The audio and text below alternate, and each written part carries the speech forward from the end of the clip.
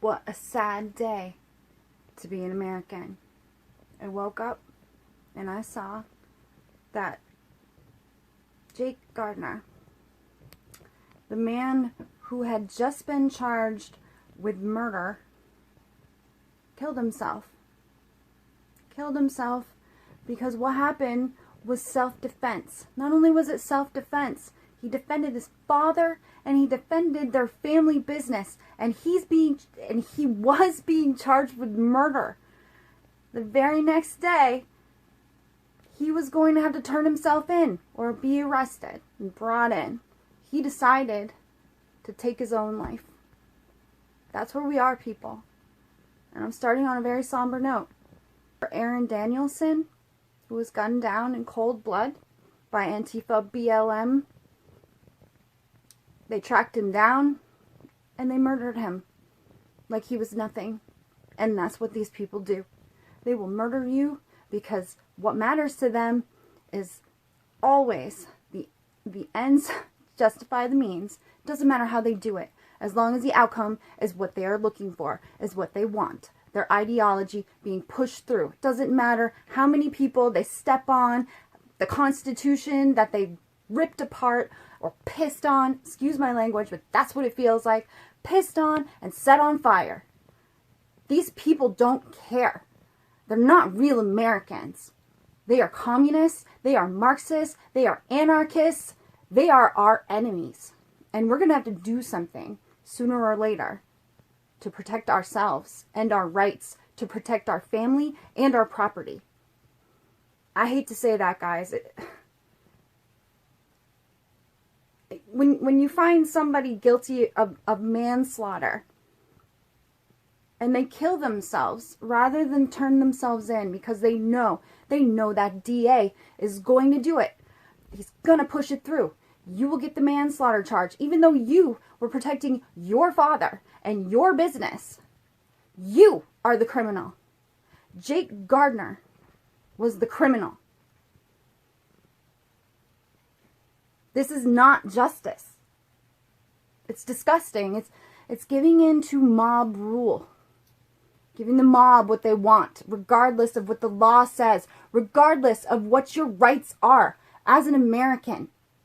This sounds like some sort of communist country where the people don't matter. And what matters is a collectivist idea of taking care of the whole country, and your individual rights, they're nothing to the government. They mean nothing. That's the world we could be living in if we set a precedent with somebody like Kyle Rittenhouse, who is being ridiculously charged with so many counts. I don't even know if I can tell you all of them. Basically, he's being charged with murder, but they're calling it first-degree homicide. I'm sorry, first-degree intentional homicide, like he did it on purpose. First degree, I think, unintentional. Attempted homicide. And I think that he was also charged with having a weapon and being under 18. They were talking about charging him for having a weapon and going across state lines with it, but it turns out that he did not have this weapon. He went to Kenosha because he was called, actually he was volunteer lifeguard that day, and he went to Kenosha because somebody asked him for help, and he's the type of person that comes when you ask him for help.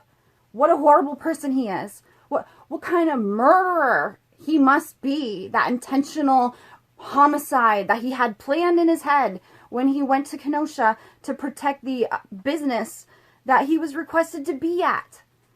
Him and a few other people who were protecting that business saw that Antifa and BLM had gone ahead and lit a dumpster on fire, literal dumpster fire, and they were going to push it into a gas station. What happens when you push a flaming dumpster into a gas station? Kaboom, right? How many people would have been affected by this? How many people could have been potentially killed and horribly maimed by an explosion like this? I can't even imagine. Would it be more than the 2 people that were killed when Kyle Rittenhouse had to defend himself? Who knows? Because Kyle Rittenhouse stopped it, which upset Antifa, which upset BLM. So they went after him.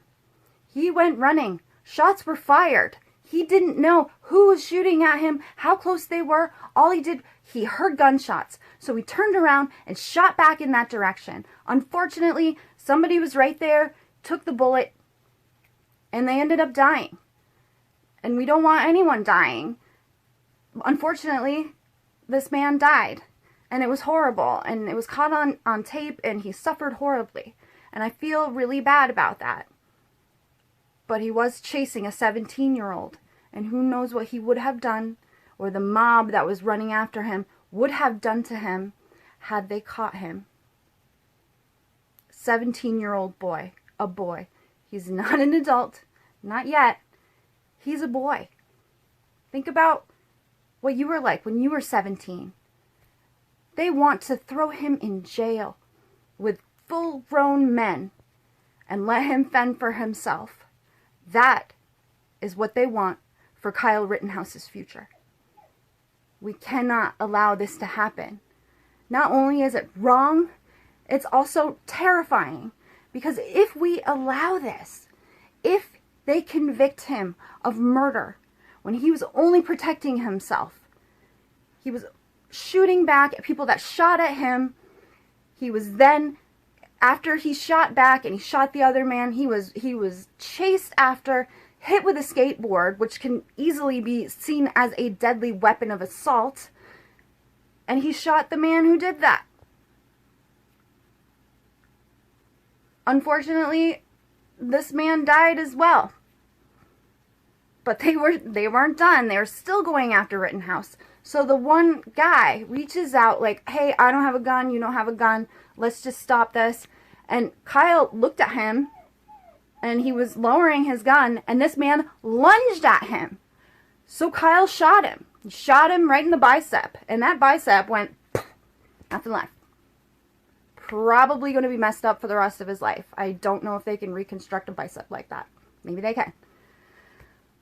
This guy was later on camera, on film, saying he would have killed Rittenhouse had he gotten a hold of him. And GoFundMe will let this man have an account where you can raise all sorts of money for him, his family, his bicep, whatever, his medical bills. But Rittenhouse, oh no. They took that down.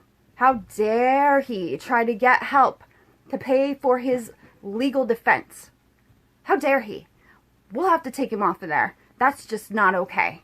He tried to murder people.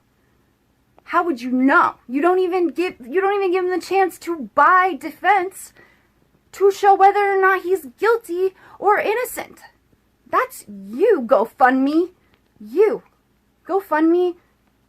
You're part of big tech, obviously. And you don't care about the Constitution. And you don't care about what's right or wrong. And you don't care about innocent until proven guilty. Thank you for showing us all your true colors, GoFundMe. Crowdsourcing? No. Big tech in charge of your money and where it goes and who it goes to. So they tried to do this with Jake Gardner. Perhaps they would have succeeded. We will never know.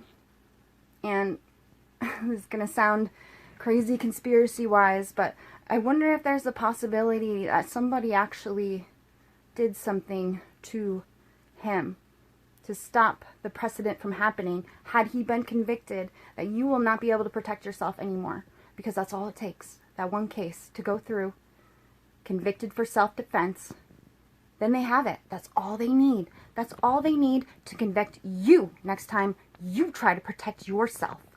They need that one case so they can always refer to it. And then, what happens? They chip away on the Second Amendment. They chip away at all your rights, little by little. We already know how much they are chipping away at the First Amendment with censorship. Talking about big tech again. Twitter, YouTube, Google. Well, YouTube is Google. Facebook, Instagram. They're a monopoly. They all know each other. They all own each other. They are all in on it together. Don't let Mark Zuckerberg try to fool you and say that he's not part of that, because he is. He is. Perhaps you remember the case of Mike Strickland back in 2016, who was trying to protect and defend a statue when Antifa decided to attack him, and he literally recorded this and defended himself. And yet it doesn't matter. It doesn't matter that he recorded it. It doesn't matter that it's obvious case of self-defense, because it happened in Oregon, and Oregon is tainted. It is tainted with disgusting far leftist activists. No, they are not judges. No, they are not DAs. No, they are not lawyers. They are activists. We've allowed this for far too long. These are open society, Soros-funded activists who have infiltrated our schools, our legal system, our judicial branch.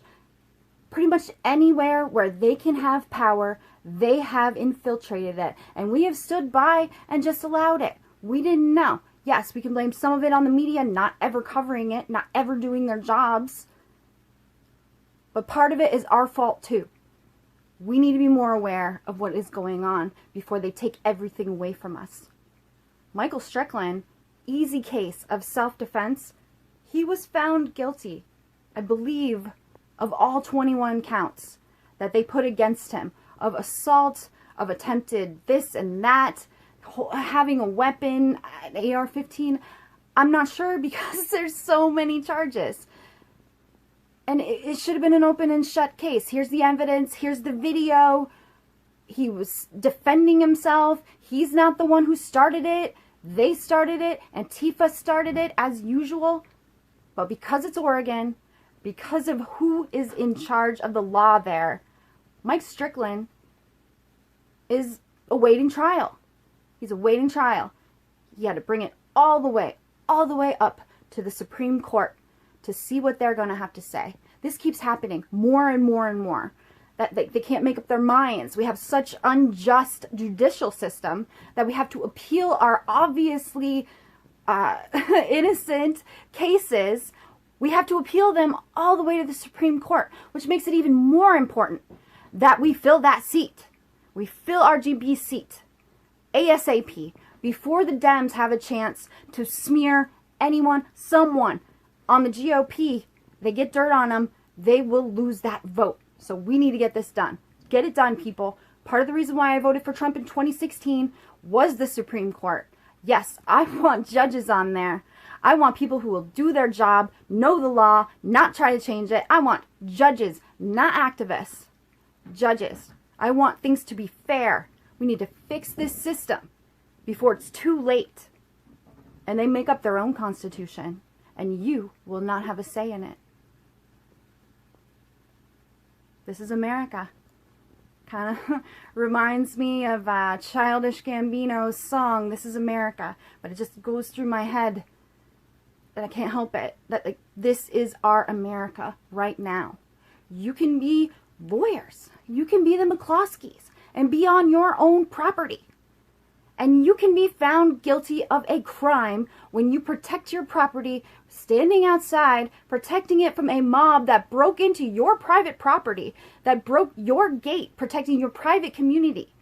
You can be found guilty of standing in front of your house and protecting it by having a gun pointing at or in the direction of the people who may be there to do you harm. They're lawyers, and they're being found guilty of this. Not only that, but their lawyers, they had a prop gun. One of the guns that they had out there to protect their house was a prop gun. It was purposely made to not shoot. And when they brought the guns in, right before they arrested them, they altered it so that gun could shoot. And they said that gun could shoot. Both guns could shoot. This is the world we're living in. This is the evidence that they are trying to show as real, even though they altered it.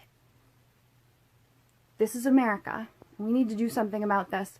Get ready to protest, people, because if this goes through, a lot of things are going to change for us. We won't be able to protect ourselves. We won't be able to have guns. We won't be able to protect our families. We're going to be at their mercy. Whatever laws they decide, we'll be at their mercy. This is America. And before we go, before I sign off, let's all, when we can, say a prayer for Aaron Danielson's family and Jake Gardner's family. Let's say a prayer for them. I want to end this on a happy note. It's not really a happy note, but I want to end this on a positive note. In Vermont, in Essex, there was a worker at Hannaford, and he stopped somebody from stealing a purse. And then he was fired by Hannaford because of company policy. Amir Shedyak, I believe is his name. And he is a hero. But he was fired because that's the way corporate policy is. So thank you, Hannaford. The positive thing about this is another company hired him like that. Because who doesn't want a hero working for them? Amir was Hannaford's Employee of the Month. And they fired him like he was nothing. Company policy, fine. But you should have looked at this on a case-by-case basis. This man was a hero, and he deserved to keep his job. Now he has a job that's much better. He will be appreciated, and he's making more money. So, I guess that's positive.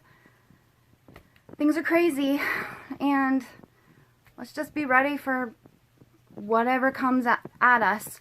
Pick up toilet paper, extra food, bottled water, whatever you gotta do. Buckle up, because 2020 is gonna get crazier. Alright, you guys. Thanks for watching. I'll see you next time. God bless America. Bye. If you like content like this, please watch me, like me, share me, or subscribe to me. I'll see you out there in YouTube land.